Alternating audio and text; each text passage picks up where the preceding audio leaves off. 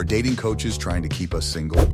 I don't want to name names, but a lot of these Instagram dating coaches targeted at women are making me question their motives. They use buzzwords like black cat energy and dark feminine for that means. Basically, what their advice boils down to is never chase, hardly show interest, all but blow the guy off if you want him to like you. They even say things like, never ask how he's feeling and only care about yourself. I understand having a full life and busy schedule, but I have a hard time believing healthy men would be attracted to someone so cold and detached. They argue that men love the chase, so if you act too interested, it will kill their attraction. To me, this seems manipulative and not a healthy way to start a relationship. If it was me, I'd probably just move on to a girl who reciprocated my interest.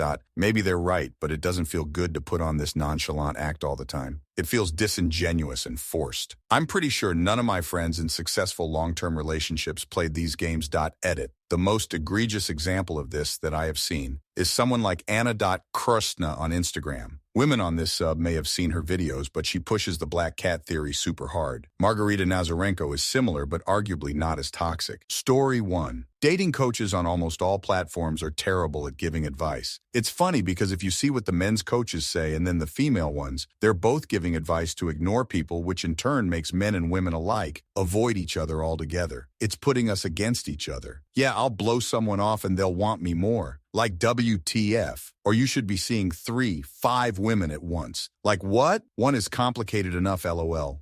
Story 3. This is a scourge on the other side, too. Men are told by the majority of these IG coaches to not show how much they care in a relationship, or the woman will lose interest because she knows she has you and you're not a challenge anymore. Apparently, women love the mystery during the chase, and as soon as you are not a mystery anymore, you are cooked. Story 4. I mean, I naturally don't like to respond all the time, and I am somewhat nonchalant at times, but naturally not forced, and I communicate why I act how I act. I'm in what I believe to be a very healthy relationship, and I'm sure he would not be interested if I was putting on a hard-to-get act. Being hard to get only works on men who want to collect conquests, as you can't keep the act up forever. If you want to be hard to get, raise your standards so you are hard to get for a reason you can stand behind, not just so you look mysterious. That's the only way I can imagine being hard to get is attractive, like it's because you wouldn't go for most men because of high standards for yourself. Story 5. I could go the conspiracy route and say that dating coaches benefit from you being single, so acting in their best interest would be to keep you single and disillusioned with dating. That only makes sense if the dating coach is making content instead of doing personal sessions, though. To an extent, I do agree that dating coaches are keeping us single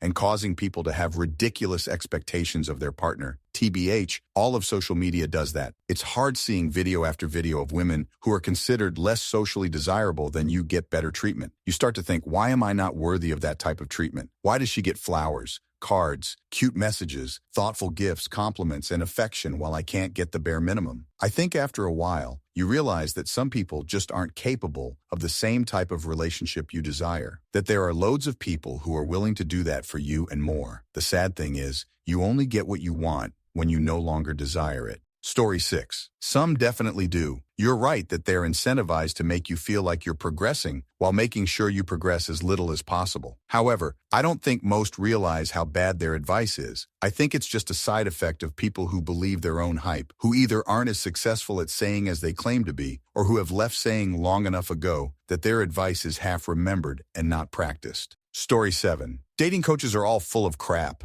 Everyone is different and will need to approach dating on an individual level. Trying to pretend there is boxes advice for everything is just garbage. The reality is a person who can help like a therapist won't frame success or failure on. If you actually got a relationship, they will frame it more on developing yourself and not focusing on a result. Smartest thing to understand is you have no control over other people's choices, and if they will pick you or not. Anyone who says you do isn't telling the truth. Yeah, you can make yourself better, but you are still at the mercy of other people. Being realistic and keeping that in mind will give you perspective that it's not something to win or lose. It's something that happens or doesn't happen. Story 8. My theory, as a woman who doesn't participate in the black cat bees and is always trying to be my genuine self, a lot of women lose attraction without the chase. Not usually men. I think a lot of people who participate in the black cat gambit are just projecting and lying to themselves. The other half of this theory is that it's been proven that negativity is literally more stimulating than positivity. We see it all the time. Toxicity can be addicting because it's highly stimulating. So putting both of these into effect to land a relationship of any sort is just wild to me, lol. It definitely doesn't make for healthy relationships. Story 9. Before taking any dating advice from anyone, you should ask, well, look at their dating life. Never ask or take financial advice from a poor person, health advice from a fat person, child-raising advice from a childless person, and dating advice from a single person. It gets even muddier when there is any financial motive. Money attracts those who prey on weak, just like fishing tackle business. All the lures are bought by fishermen, not fish. Story 10. Most of those coaches are either grifters or complete idiots. I do pretty well when it comes to getting dates, and I honestly don't feel like I'm a model or anything. I'm 5'10", very skinny due to an autoimmune disease covered in tattoos, and deal with depression and GAD. I am by no means conventionally attractive too, but I find women are willing to go out with me, ask me out, or form short-term relationships because I respect boundaries and respect them as people rather than objects. It's not about money either because I'm an engineer, and I have dated women who are physicians and lawyers. Just about any male dating coach would probably say that I'm a beta by looking at me due to my appearance or how I interact with others, but I honestly have never had an issue when it comes to getting dates. Maintaining long-term relationships is another story though, lol.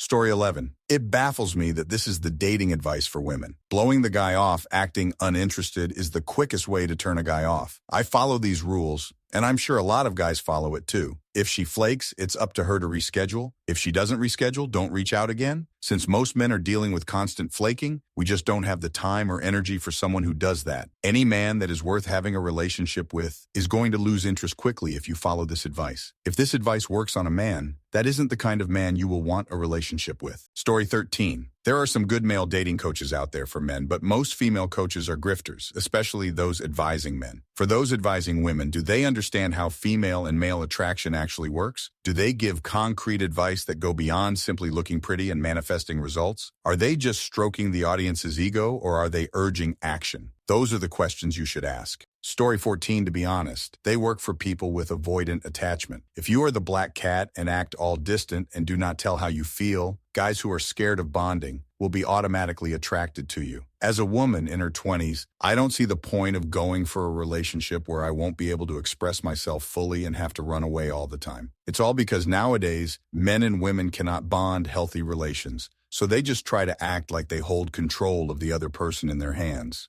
Story 15, just like apps, if you succeed in getting a relationship, you'll no longer need their services and you'll delete the app. It's all a scam. But people, guys especially, are too lonely and desperate to see it. In the early 2000s, I dabbled in PUA.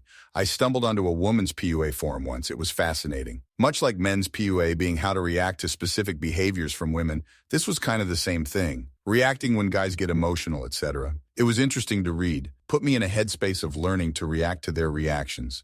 Story 16. You want to show interest, but not too much interest. If it's too easy, it's a turnoff, because you come off as desperate and low value and give the impression the guy can do better. This sets you up for being used, as it gives you no indication whether a man is really into you or just there for convenience. At the same time, if you don't show any interest and blow a guy off, then what's the point? They will just take it as being rejected and move on. It's all about matching energy. You should absolutely never chase a guy. Story 17. Man 62. Men should never chase. In the very beginning of dating, men should lead and pursue, but not chase ever. It's the man's job early in the dating process to get her to chase as quickly as possible while he continues to lead through the dating and relationship process. Men chasing is a massive turnoff to well-adjusted women. Women are born to chase men. Watch the movie It's a Wonderful Life and notice how Mary chases George Bailey until he marries her. For women, chasing is what they feel is romance. Women love to chase men they like and are attracted. Women find men who chase repulsive, even though that's what they think they want. What's so ironic is what most women don't understand is they actually believe getting a man to chase is an effective dating strategy. And too many men, either willingly or unwilling, take that advice. It's why most women go on date after date after date, never finding a man who makes them weak in the knees for very long. Answer: it's not manipulation, but it is a game. And if you want women, you have to play it. But you can play the game without being mean, disrespectful, altering your character or core beliefs, or changing your personality. It's about male behaviors that attract women versus behaviors that repel them. Give her what she needs, not what you want. And women play their own version of the game as well, so don't feel guilty. Do they not wear makeup to cover up or disguise imperfections in their skin or appearance? That sounds like a game and deliberate deception to me. Do they not wear low-cut blouses that reveal cleavage because they know that men find that sexy? Or lipstick or tight-fitting jeans? The game men need to play, I described above. Don't feel guilty about it. You are actually giving the next woman you date the very rare opportunity to truly be in love with a man. Sadly, an emotional feeling very few women ever get to experience.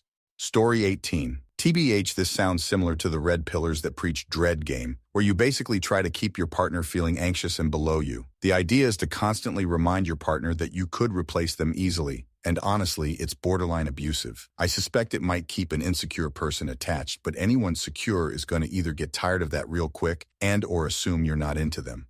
Story 19. Are you me? I was just going to ask the same thing. And yeah, they want you to be single. I scroll through them so much when I would be single, but I noticed as soon as I am not single, I see how ridiculous it sounds. Preying on gullible, literally. I am not a nonchalant person and I want someone to love me for me. I am literally sunshine, and that's how all my friends describe me. So, this black cat energy seems so off to me. Men go after what they like, and every guy likes different thing. I don't think all guys had a collective meeting and voted black cat energy as the kind of women they will chase. It is funny, and don't get me even started on whisper method/love letter method. Story 20. Yes, dating coaches only care about getting you to pay for their expensive courses so they can make money off of your desperation. Same with femininity coaches. Black cat energy is one of those phrases that got big on a certain sector of TikTok among young girls. These coaches are capitalizing by using terminology coined by these young women and girls to attract them to their schemes. You have to sit down and think for a second. This person that I don't know suddenly cares about me and who I date. They care about how I express myself. What authority do they have that makes this true? And does what they're saying make sense in reality? These are questions younger people don't necessarily have the life experience to intuit for themselves, so they get caught in these traps. Story 21. When these dating coaches say things like men love the chase, they are not talking about you and other average men. They are specifically referring to high-value men. I'm talking about men who are so wealthy and physically attractive that they have multiple gorgeous women actively pursuing them. In those situations, HVM will be intrigued by women who appear to have no interest in them because it implies she is higher value than the women who are blowing up his phone daily. If you are a man and you agree with OP, then I promise you the women who listen to these dating coaches are not interested in men like you at all. Story 22. This is why even for us men, these dating gurus and coaches shouldn't be watched if you don't have the same dating goals. Most of these coaches aren't married and don't have families, so the information they pass off gives a different result. It's taken a long time for me to break through that phase, but it certainly ruined a once fantastic but short-lived relationship I had a while back. Almost 4 years later, I'm still trying to figure out what lies I still hold true in my head and the manipulation tactics I still use but don't agree to. I have to catch myself before doing it, but I'm much more healed now because of it. Bottom line, we all the games and the chase. Some just want a wife to go through things with and a family to build up. Story 23. I influencers like that. The woman who taught me how to tattoo was deep in those kinds of echo chambers. She herself was engaged to be married to an occasionally reformed addict who she treated terribly. He was forbidden from sleeping in her bed but had to wait on her hand and foot, so she would binge, watch those videos, send them to me. And if I didn't watch them, she'd list out the advice for me, basically daily.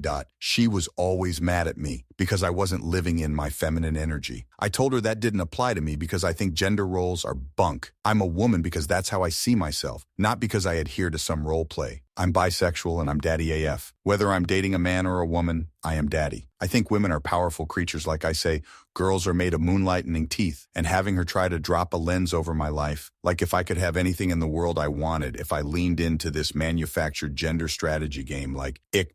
And this woman was nearly a decade older than me. Seeing how twisted she got as she consumed all that media made me really worry about the younger generation. She had the life experience, hypothetically, to have a functioning moral compass. She had enough years under her belt to, hypothetically, have a defined sense of self. So what about my young girls who don't know better? Like, who would I be if I found myself in that same echo chamber as a young, anxious, low self-esteem, little tragedy creature? It's Ed. I go about a large chunk of my life adopting stray teenagers, perpetual big sister style, and I do my best to really contribute to the health and happiness of anyone I see struggling in ways I did when I was younger. I teach them blunt communication, how to narrow down the things they want, how to say no, and mean it, etc. I want them all to feel capable. And this kind of garbage undoes so much of that. It's so limiting and so reductive and just gross. Like, yeah, great, okay, let's gamify psychological warfare and reduce romance to a gender role play. Bleg.ok rant over. Story 24. No, there's always going to be more single people. They just offer a more personalized service. Also, Instagram creators. They're not really dating coaches. They're offering vague advice to get you to sign up for personalized advice. And there are many different ones. Not all of them are offering that type of advice, and we're drawn to the ones whose advice already aligns with our beliefs. These girls who like Black Cat Energy already believed in it and agree with it. They're just basically listening to a yes man. Everyone has different views and opinions on these things. So the people who don't will ignore these creators. Story 25, I don't follow Anna, but I do like Margarita. I think Margarita's content is aimed specifically towards women who are highly anxious in dating and who hyperfixate on the first attractive guy who shows them attention, even if he's giving breadcrumbs. Her advice is very applicable for that type of woman because those women often lose their own individuality in trying to win over men. And I do think a decent percent of women fall into that category. There's also a natural dynamic in early dating where if someone presses too hard into you, you begin to lean back. Most healthy people don't want a partner who doesn't have their own friends, hobbies, and support systems outside of them. So I think this black cat, black feminine language is really just a woman who has a full life, confidence, and an abundance mindset, and doesn't waste away her days sitting by the phone waiting for a text back. She calibrates to the people around her and won't exert far more energy than she's receiving. Answer: I get the idea of having a full life and being genuinely busy, but I have issues with her advice on how she tells women to treat men. I also just don't think many healthy relationships started by playing these games. It will definitely attract some men, but it doesn't seem like the formula for a good relationship. It also doesn't seem like she really lives the advice she gives others, TBH, and she's not qualified to give advice. She's a smooth talker. I'll give her that. Makes sense since she started out as an actress.